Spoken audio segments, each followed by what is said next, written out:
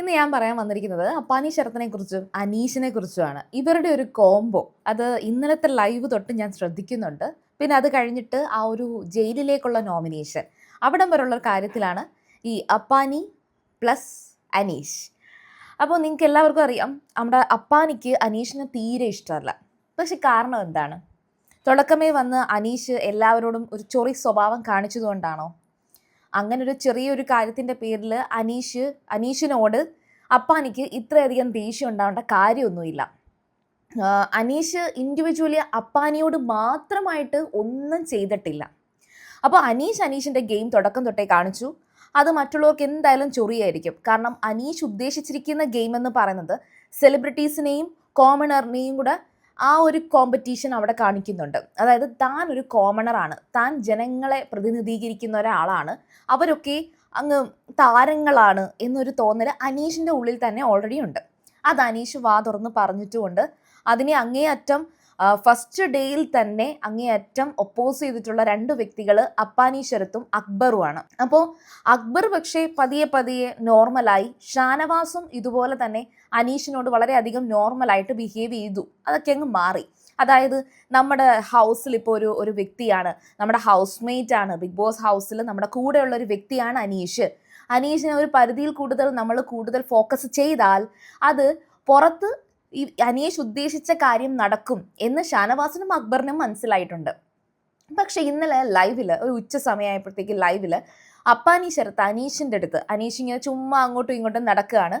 അപ്പോൾ അപ്പാനി ശരത്ത് ഒരു കാര്യവുമില്ലാതെ അനീഷിനോട് ചുമ്മാ ഓരോന്ന് പറഞ്ഞ് ദേഷ്യപ്പെടാൻ തുടങ്ങി. അങ്ങനെ ദേഷ്യപ്പെടുന്നതിൻ്റെ കൂട്ടത്തിൽ നീ ഒരു കഴിവ് കെട്ടവനാണ്, നിനക്കൊന്നും ഞങ്ങളുടെ വില അറിയത്തില്ല, നീയൊക്കെ ട്യൂട്ടോറിയൽ കോളേജിൽ പഠിപ്പിച്ചുകൊണ്ടിരിക്കുന്നതല്ലേ, നീയൊക്കെ പുറത്തിറങ്ങുമ്പോൾ നിന്നെയൊക്കെ കാണിച്ചു തരാടാ, നീ ഉടനെ തന്നെ പുറത്തിറങ്ങുവാടാ, ഞാനൊക്കെ അങ്ങ് ആകാശമേഘത്തിലെ താരങ്ങളാണടാ, ഞാനൊക്കെ ഇവിടം വരെ എത്തിയതിൻ്റെ കഷ്ടപ്പാടൊന്നും നിനക്ക് അറിയത്തില്ലടാ. ഇങ്ങനെയുള്ള കുറേ പ്രൊവോക്കിംഗ് ഡയലോഗുകൾ അപ്പാനി പറയുന്നുണ്ട്. അപ്പാനി ആ പറഞ്ഞത് ഒരു മത്സരം തന്നെയാണ്. ശരിക്കും പറഞ്ഞാൽ അപ്പാനി ഉദ്ദേശിക്കുന്നത് അപ്പാനിയുടെ ഒരു വോയിസ് റൈസ് ചെയ്തിട്ടുള്ള വളരെ ഡീപ്പായിട്ടുള്ള കുറച്ച് സിനിമാറ്റിക് ഡയലോഗുകൾ അടിക്കുമ്പോഴത്തേക്കും പുറത്ത് പ്രേക്ഷകര് വാവ് അപ്പാനി എന്ന് പറഞ്ഞ് കൈയടിക്കും എന്നാണ് അപ്പാനി പ്രതീക്ഷിക്കുന്നത്. ഒരു സിനിമാറ്റിക് ലൈഫാണ് അപ്പാനി ആ ബിഗ് ബോസ് ഹൗസിൽ കാണിക്കുന്നത്. പക്ഷേ അനീഷ് ഓപ്പോസിറ്റ് ആയിട്ടുള്ള ഒരു ഗെയിമാണ് ചിന്തിക്കുന്നത്. അനീഷ് വിചാരിക്കുന്നത് അപ്പാനി ഇങ്ങനെ സംസാരിക്കുമ്പോഴത്തേക്കും ഞാനൊരു സാധാരണക്കാരനാണ്, എൻ്റെ പൾസ് സാധാരണക്കാർക്ക് അറിയാം എന്നുള്ളൊരിതുണ്ട്. അതുകൊണ്ട് തന്നെയാണ് അപ്പാനി അതുകൊണ്ടാണ് നമ്മുടെ അനീഷ് ഏതു നേരം അനുമോളെ ഇട്ട് പ്രൊവോക്ക് ചെയ്യുന്നത്. കാരണം അനുമോൾ എന്ന് പറയുന്നത് ഒരുപാട് പ്രേക്ഷകർക്ക് അറിയാവുന്ന സാധാരണക്കാരുടെ തന്നെ ഒരു പ്രതിനിധി തന്നെയാണ്. കാരണം ടെലിവിഷൻ പ്രേക്ഷകരാണ് ഏറ്റവും കൂടുതലും അനുമോളെ സ്നേഹിക്കുന്നത്. അപ്പോൾ അത് അനീഷിന് നല്ല ബുദ്ധിപരമായിട്ട് അറിയാം. പക്ഷെ അപ്പാനി വെറും പാവമാണ്, ഭാവി.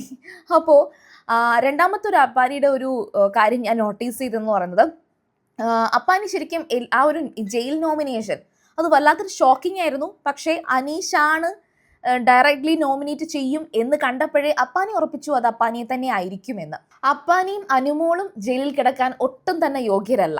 രണ്ടുപേരും നന്നായിട്ട് കളിക്കുന്നുണ്ട്. ഇപ്പോൾ അപ്പാനിയെ സംബന്ധിച്ചിടത്തോളം എല്ലാവരും പറയുന്നത് അപ്പാനി ജയിലിൽ കിടക്കട്ടെ എന്നാണ്. പക്ഷെ അങ്ങനെയല്ല, അപ്പാനി നന്നായിട്ട് പ്ലേ ചെയ്യുന്നുണ്ട്, ഗെയിം കളിക്കുന്നുണ്ട്. പക്ഷെ അത് അയൽക്കൂട്ടം ആയിക്കോട്ടെ, ഗ്രൂപ്പിസം ആയിക്കോട്ടെ, അല്ലെങ്കിൽ ചുമ്മാ കുറേ പ്ലാൻ ഉണ്ടാക്കി ഇങ്ങനെ ബഹളം വെച്ച് വേറൊരു മൈൻഡും ഇല്ലാതെ ഏതു നേരവും വഴക്കടിച്ച് നടക്കുന്നതാണെങ്കിലും പുള്ളിക്കാരൻ്റെ സ്റ്റൈൽ അതായിരിക്കാം. പക്ഷേ ആക്റ്റീവാണ്. എന്നാൽ ശരിക്കും ഈ ഒരു ഫസ്റ്റ് ജയിലിൽ ആദ്യം കിടക്കേണ്ടതെന്ന് എനിക്ക് തോന്നിയത് സെയിം മുൻഷിയും ഷൈത്യയുമാണ്. മുൻഷിയും ഷൈത്യയുമാണ് ഒട്ടും വരാത്തത്. ഈവൻ ബിൻസി, റെന ഇവരൊക്കെ ഇപ്പം നല്ല ആക്റ്റീവാണ്. പിന്നെ അതുപോലെ തന്നെ ജിസയിലൊക്കെ ആണെങ്കിൽ ആ ഒരു ഗ്രാഫ് കുറച്ച് കുറഞ്ഞു വരുന്നുണ്ട്. ഓരോ ദിവസവും ഇവരൊക്കെ എന്ത് ചെയ്യുന്നു എന്നുള്ളത്. ഈവൻ രേണുസുതി ആണെങ്കിലും ഒരു ചെറിയ കോണ്ടന്റ് ഒക്കെ രേണുസുതിയെ കൊണ്ട് ഉണ്ടാക്കാൻ സാധിച്ചിട്ടുണ്ട്. മാത്രമല്ല രേണുസുതി ലൈക്ക് ആ ഒരു അക്ബറുമായിട്ടുള്ള ഒരു കോൺവെർസേഷൻസിൽ രേണുസുതി കുറേ അധികം സെൽഫായിട്ട് കുറേ സിറ്റുവേഷൻസ് ക്രിയേറ്റ് ചെയ്തിട്ടുണ്ട്. അപ്പോൾ ഇതൊക്കെ വെച്ചിട്ടാണ് ഞാൻ പറഞ്ഞത് നമ്മുടെ അനുമോളും അപ്പാനിയും ജയിലിൽ കിടക്കാൻ അർഹരായിരുന്നില്ല.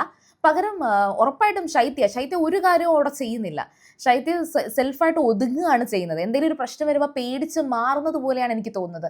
അതുപോലെ മുൻഷി വന്നിരിക്കുന്നത് മുഴുവൻ മുൻഷിയുടെ കാര്യങ്ങൾ പുറത്തിങ്ങനെ പറയാനും, മുൻഷി ഇങ്ങനെ കുറച്ച് ഒരു എന്താ പറയുക, ഒരു ബീച്ച് സൈഡിൽ വന്ന് ഇങ്ങനെ കാറ്റ് കൊള്ളാനിരിക്കുന്ന കണക്കാണ് മുൻഷി പുകഞ്ഞ കുള്ളി പുറത്തുനിന്നുള്ള ആ ഒരു ടാസ്ക് പോലും അറ്റൻഡ് ചെയ്യുന്നത്. അതായത് പുറത്ത് വന്നിരിക്കേണ്ട ഈ സമയത്ത് മുൻഷി ഇരിക്കുന്നത് കസേരയിൽ ഇങ്ങനെ ഇരിക്കുകയാണ് കാറ്റ് കൊള്ളാനായിട്ട്. ഈവൻ ഏഷ്യാനെറ്റ് പോലും ട്രോൾ ചെയ്തു.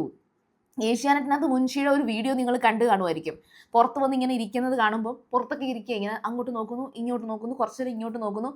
മൊബൈൽ ചാർജിനിട്ടിട്ട് മൊബൈൽ ചാർജ് ആവാൻ വേണ്ടി കാത്തിരിക്കുന്ന ഒരു വ്യക്തിയെ പോലെയാണ് ഏഷ്യാനെറ്റ് തന്നെ ട്രോൾ ചെയ്തിരിക്കുന്നത്.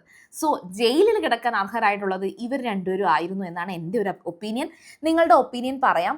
അപ്പോൾ അനീഷ് അപ്പാനി യുദ്ധം, അതുപോലെ ജയിൽ നോമിനേഷനിൽ വന്നിരിക്കുന്ന ആൾക്കാർ, ഇതേക്കുറിച്ചുള്ള നിങ്ങളുടെ അഭിപ്രായം പറയുക. അതുപോലെ ഇതുപോലെയുള്ള മൈന്യൂട്ട് ഇൻഫോർമേറ്റീവ് ആയിട്ടുള്ള വീഡിയോസ് കാണണമെങ്കിൽ നിങ്ങൾക്ക് എന്തായാലും ശരി സീരിയൽ ഗ്രാൻഡ്മ സബ്സ്ക്രൈബ് ചെയ്യാം.